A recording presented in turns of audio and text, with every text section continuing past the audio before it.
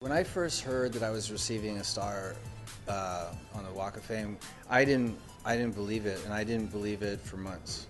And nobody was talking about it a lot. It was actually it's supposed to be a secret for a while, and it just sort of leaked out, and so I didn't believe it, and it wasn't until the last month when people started asking me in interviews, so how do you feel about the star? And I was going, well, then it has to be real, because, but it's just not something that I would expect to get. It's permanent, as long as the sidewalk is there, I suppose.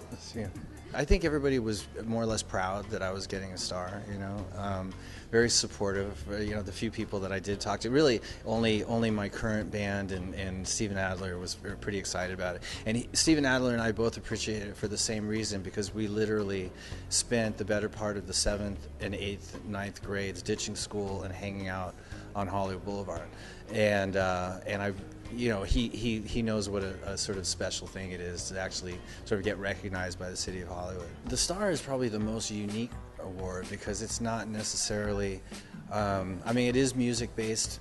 There's a disc in the middle of the Star, so it's for music, but it's not really a music award. It's more of a recognition award in general, I guess. It's far and away completely separate from all the other accolades that I picked up over the years. As soon as it came time, which was at the really the last minute, they said, you've got to get people to speak on your behalf, and I was way too embarrassed to call anybody.